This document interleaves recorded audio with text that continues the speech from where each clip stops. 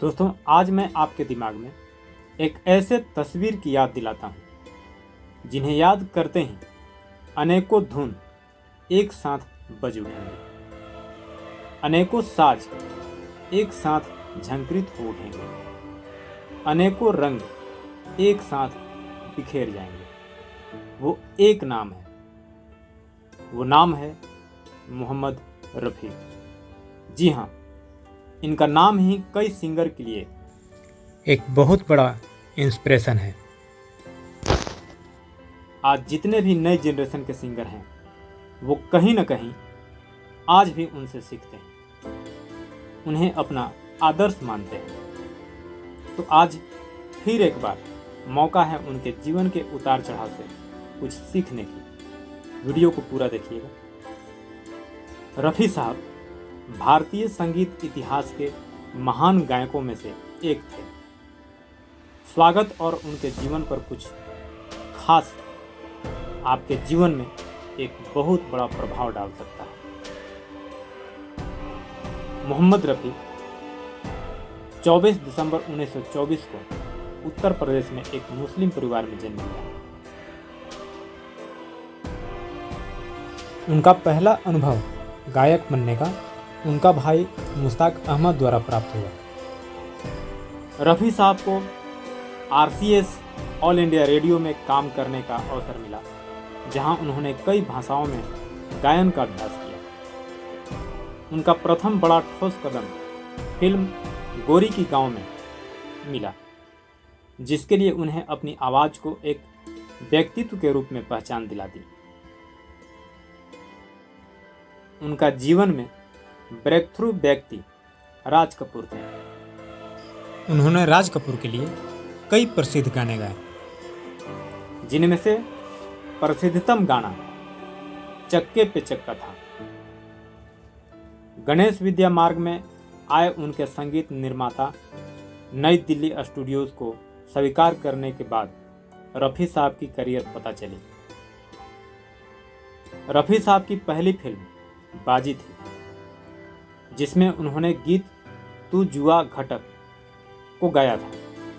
उसके बाद उन्हें मुख्य गायक के रूप में चुना गया। उनके गाने अकेले ही अच्छे थे, लेकिन उनकी दोस्ती और ग्लैमर द्वारा गिरावट बदल गई।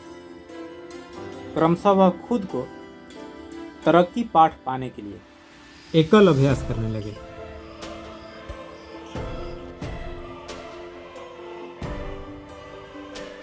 उन्नीस 1960 के दशक में रफ़ी साहब की करियर ने फिर से एक रफ्तार पकड़ी। उन्होंने बड़ी फिल्मों में अपनी लाजवाब आवाज़ के लिए हर्षिति जताई। रफ़ी साहब ने स्वतंत्रता सेनानी को आदान करने के लिए भी अलग ब्रेन डॉल यात्रा आयोजित की। इसके बाद से वे मात्र राजनीति गाने ही नहीं गाए थे। आपकी सबसे प्रसिद्ध जोड़ी गायकी ने आपको लाखों दिलों में बसा लिया। संजय दत्त ने आपके लिए खुद को गायक के रूप में प्रस्तुत किया। भारत सरकार ने 1967 में उन्हें पद्म भूषण से नवाजा। उन्होंने इस सम्मान को गर्व से स्वीकार किया। हालांकि वे 31 जुलाई 1980 को हमें छोड़कर चल बसे, लेकिन उनकी गायकी हमेशा याद रहेंगी और उन्हें मान्यता मिलेंगी। रफ़ी साहब की सदगति के बाद एक संगीत संस्थान खोला गया जो उसे समर्पित था।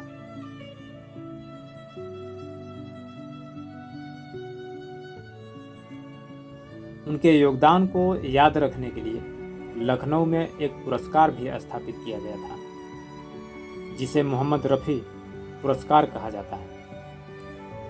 यह कहा जाता है कि उनके गानों को अनुकरण करने के लिए आवाज़ का वरिष्ठ गायकों के तौर पर उन्हें माना जाता है। रफ़ी साहब को आदर्श गायक के रूप में जाना जाता है।